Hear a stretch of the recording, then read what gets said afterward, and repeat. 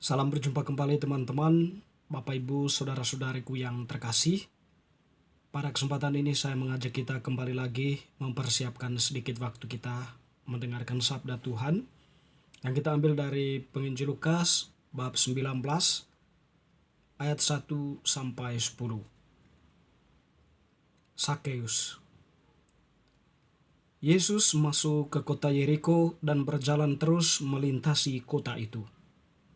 Di situ ada seorang bernama Sakeus, kepala pemungut cukai, dan ia seorang yang kaya.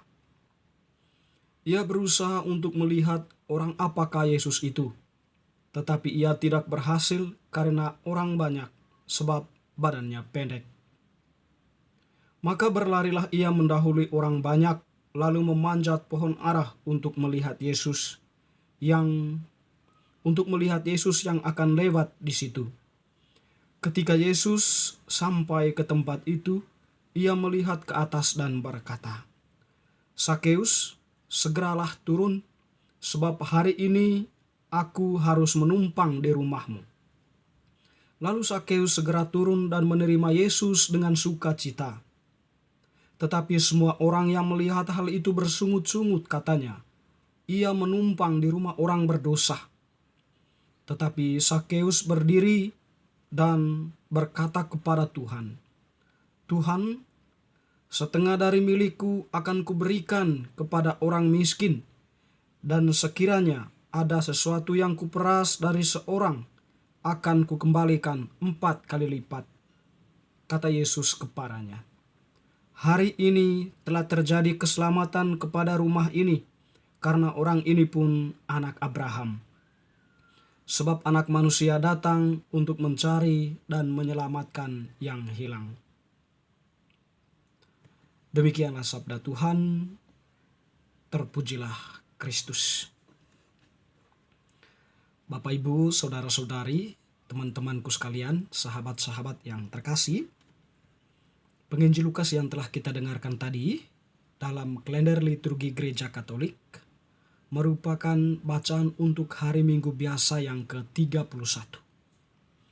Bacaan Injil pada hari Minggu biasa yang ke-31 ini bercerita atau menceritakan kepada umat beriman tentang Sakeus. Dari cerita Sakeus ini tentu ada hal yang mau disampaikan oleh penginjil, oleh gereja kepada umat beriman. Pada kesempatan ini, izinkanlah kita untuk merenungkan secara singkat berkaitan dengan bacaan Injil ini. Bapak, Ibu, saudara-saudari yang terkasih, Sakeus tinggal di kota Yeriko dan dia memiliki profesi sebagai pemungut cukai, kaki tangan atau pemungut pajak dari orang-orang Roma. Dia diangkat oleh Roma untuk menjadi pemungut cukai. Singkat kata bahwa dia bekerja untuk orang Roma. Yang menarik ya dalam pandangan orang-orang Yahudi pada waktu itu atau orang-orang yang berada di sekitar Sakeus itu ya, pekerjaan pemungut cukai itu merupakan pekerjaan orang-orang yang tidak setia pada Allah atau orang-orang yang tidak taat kepada Allah, karena memang mereka bekerja untuk orang-orang asing. Dalam konsep mereka, setiap orang yang sudah berbaur dengan orang asing atau yang bekerja sama dengan orang asing, dia meninggalkan keasliannya sebagai orang-orang pilihan.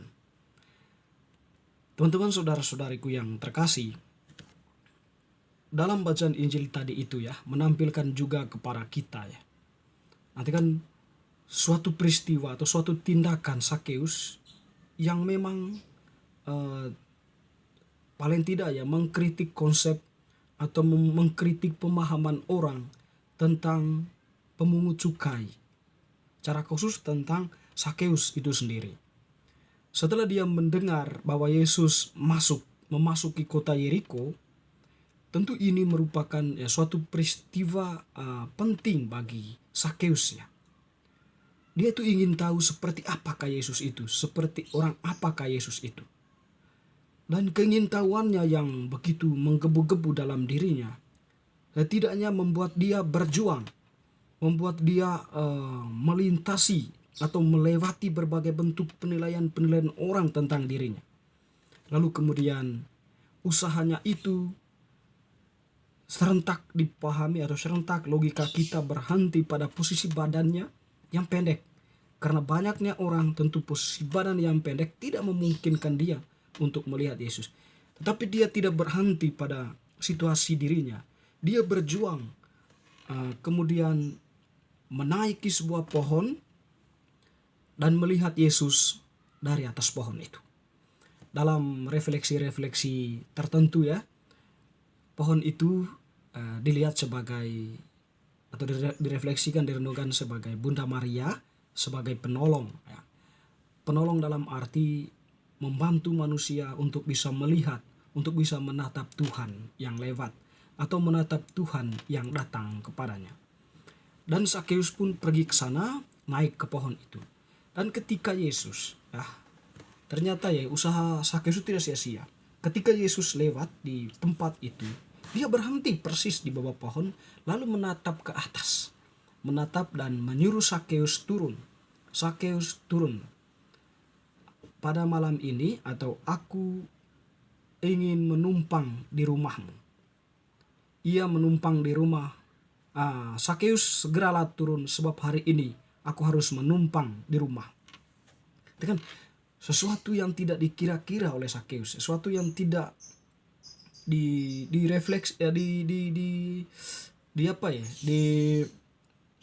disangkakan oleh Sakeus ya, bahwa orang yang dia kagumi atau orang yang membuat hatinya itu bergetar itu ya, mau tinggal atau mau menumpang di rumah Sakeus, mau makan di rumah Sakeus.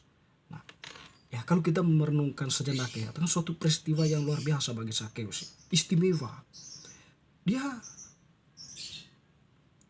merasakan bahwa ada sukacita besar dalam dirinya. Tuhan menawarkan dirinya untuk makan di rumah Sakeus. Tuhan mau datang ke rumah Sakeus. Kan di sini kita melihat bagaimana Tuhan menghargai perjuangan Sakeus untuk menjumpai dirinya, untuk bisa melihat, untuk bisa mengalami Yesus. Teman-teman, saudara-saudariku yang terkasih, tindakan Sakeus ini ternyata mendapat tanggapan dari orang banyak, seperti yang kita katakan tadi sebelumnya ya. Karena orang banyak bahwa dia itu orang berdosa, sehingga ada yang mengatakan kepada Yesus, atau yang berkomentar mengatakan bahwa ia menumpang di rumah orang berdosa ya. Atau di versi yang lain ya, bahwa ia menumpang di rumah pemungut cukai, ia menumpang di rumah orang berdosa ya. Tetapi Sakeus tidak menghiraukan pernyataan, karena dia sudah diliputi oleh sukacita yang besar. Dan bahkan ya, dia di hadapan Tuhan mengakui ya, secara implisit dia mengakui kesalahannya dan mengungkapkan niatnya. Dia mengatakan, Tuhan, setengah dari milikku akan kuberikan kepada orang miskin, dan sekiranya ada sesuatu yang kuperas dari seseorang akan kukembalikan 4 kali lipat. Suatu usaha atau suatu ekspresi tobat dari Sakeus, atau suatu tindakan lanjut dari pertobatan yang dialami oleh Sakeus, karena sudah diliputi oleh sukacita yang besar dan keterbukaan hati untuk menerima Tuhan.